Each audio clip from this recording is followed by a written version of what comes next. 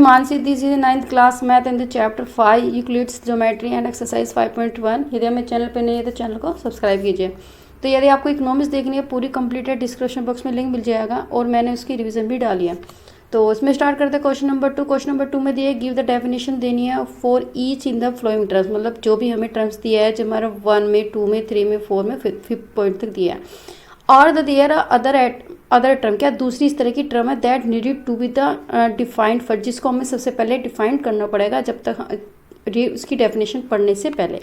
What are they, वे क्या हैं, and the how the might you find them, और उसमें तुम क्या ढूंढ सकते हो या क्या बता सकते हो उसमें।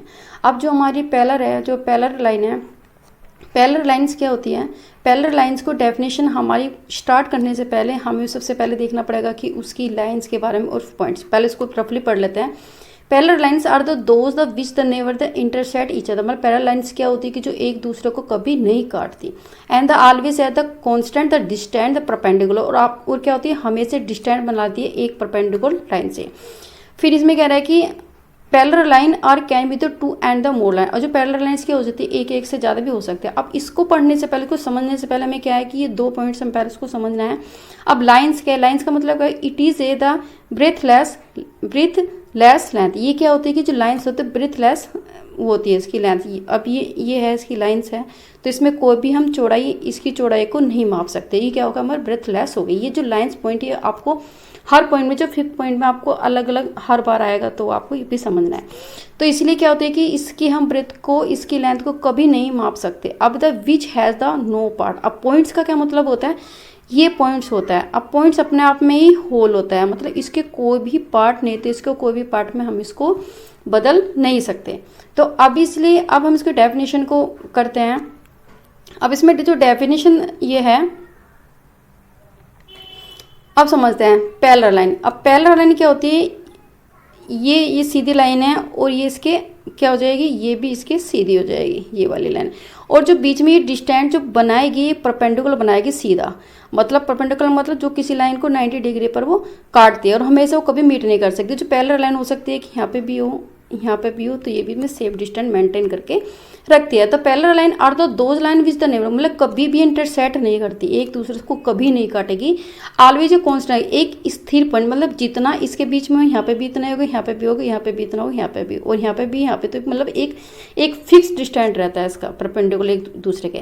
Parallel line can not be, मतलब can be the 2 and more, मतलब एक से ज़्यादा भी वो हो सकती है। अब मूव टू ऑप्शन, जो इसका सेकंड है उसका। अब इसमें सेकंड पॉइंट है परपेंडिकुलर लाइंस क्या होती है, परपेंडिकुलर लाइंस। तो एक बार इसकी कर लेते हैं। Perpendicular lines are the those line the which intersect the each other, तो एक दूसरे को काटेगी। एंड द एक प्लेन जगह पर, एक साफ सुथरी जगह पर, एक राइट एंगल पर। And then the line are in the set to be the, इसलिए उनको एक दूसरे का परपेंडिकुलर कहा जा सकता है। अब इससे पहले, इसकी डेफिनेशन को समझने से पहले हमें इसकी थोड़ी टर्म्स को करना है। लाइंस वही होती है कि it is was a breathless line होगी, कि मतलब इसको चौड़ाई को नहीं मापी जा सकती। और एंगल्स क्या होगी, तो 2 lines diverging the from a single point form a angle, मतलब 2 लाइन एक सिंगल पॉइंट से निकलेगी, एक इस साइड निकल गई और एक इस साइड से निकलेगी, और क्या बनाएगी कि एक एंगल्स को बनाएगी। इसका ये एंगल्स की डेफिनेशन होगी।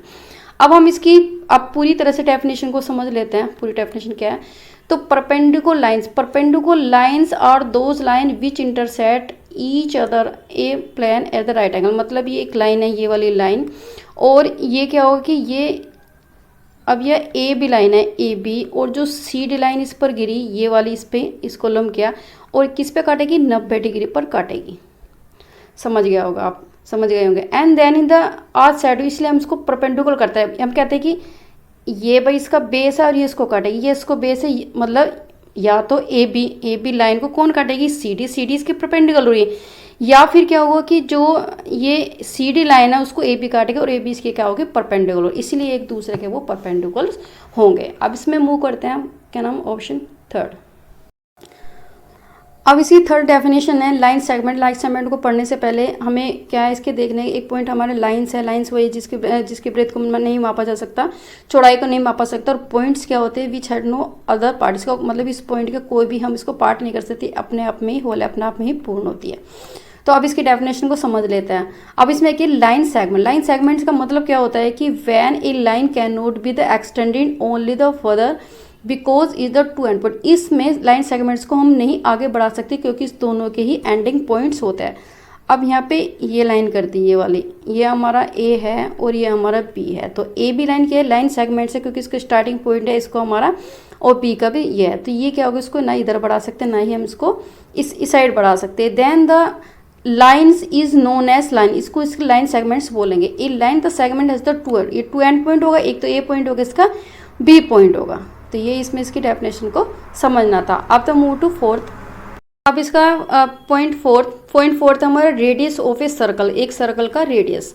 तो रेडियस को पढ़ने से पहले हमें क्या करना, पहले हम देखते हैं कि एक बार पहले रफली पढ़ते हैं। A radius of the circle is in the line from the any point on the circumferences of the circle to the centre of the circle. मतलब ये क्या होता है कि रेडियस होता है सर्कल का, वो एक पॉइंट से और सर्कमफ्रेंसेस दोनों से ही वो जुड़ा होता है। अब इसको देख लेते हैं, समझने से पहले क्या हमें इसकी टर्म्स को समझना है। तो सर्कल क्या होता है, a plan the a circular loop with a centre. मतलब क्या होता है कि ए के पॉइंट है और हमने इस पे एक ऐसे बनाया, एक लूप बनाया इस टाइप से, ये इस टाइप से सोच के कि मैंने यहाँ से यहाँ तक एक ऐसे रबड़ को बांधा और इस तरह से हमने क्या बनाते, एक ही सर्कल को बना दिया। तो सर्कल का मीनिंग तो ये होता है। अब सेंटर पॉइंट का ये है कि इसका कोई पार्ट नहीं किया जा सकता। अब हम पढ़ते हैं इसकी डेफिनेशन को अब समझते हैं इसको। तो डेफिनेशन में क्या है कि radius of circle, A radius of a circle is a line, मतलब एक लाइन है। अब मैंने एक यहाँ पे क्या बनाया, ये मैंने एक सर्कल बनाया, ठीक है। अब यहाँ पे ये कह रहे हैं कि ये पॉइंट है यहाँ पे। अब मैंने यहाँ से यहाँ तक क्या कर दिया, एक लाइन बना दी, यहाँ से यहाँ तक ये लाइन। तो ये क्या होगी, एक तो सेंटर से जुड़ी होगी और ये किससे जुड़ी होगी, ए इसका सर्कमफ्रेंसेस, इसकी परिधि से जुड़ी होगी। ये क्या होगा हमारा आर। तो ये कह रहा है कि ये जो रेडियस होता है सर्कल है, एक सेंटर से जुड़ा होता है और उसका सर्कमफ्रेंसेस से जुड़ा होता है। इसी को हम बोलते हैं रेडियस ऑफ द सर्कल। अब इसका मूव टू, अब इसका है कि स्क्वायर है गया, तो उसका देख लेते हैं। एक क्वाड्रिलेटर है इन द विच द और the four side are said to be the equal is the called the square. मतलब क्वाड्रिलेटर का मतलब क्या होता है कि जो लाइन से घिरी होती है कोई हमारी फिगर। तो क्वाड्रिलेटर में हमारा एक थ्री साइड सबसे कम होती है, तो उसमें ट्रायंगल, ये भी हमारा क्वाड्रिलेटर्स होता है। हमारा स्क्वायर इस टाइप को कहेंगे, ये भी हमारा स्क्वायर क्वाड्रिलेटर में बोलेंगे, मतलब जिसको या ये भी हमारे इस तरह के क्वाड्रिलेटर्स होगा। तो ये क्या होगा, इसको समझने पहले मतलब क्या होता है कि क्वाड्रिलेटर का मतलब होता है कि चार साइड्स होती है उसकी और इक्वल होते हैं और एक जो उसका इंटरल जो एंगल होंगे वे सारे राइट एंगल होंगे। तो ये स्क्वायर की डेफिनेशन है। अब इसको समझने से पहले इसके कुछ टर्म्स पढ़ लेता है। तो ये क्या पॉइंट्स वही है कि which has no other part, जिसका कोई पार्ट किया ही नहीं जा सकता।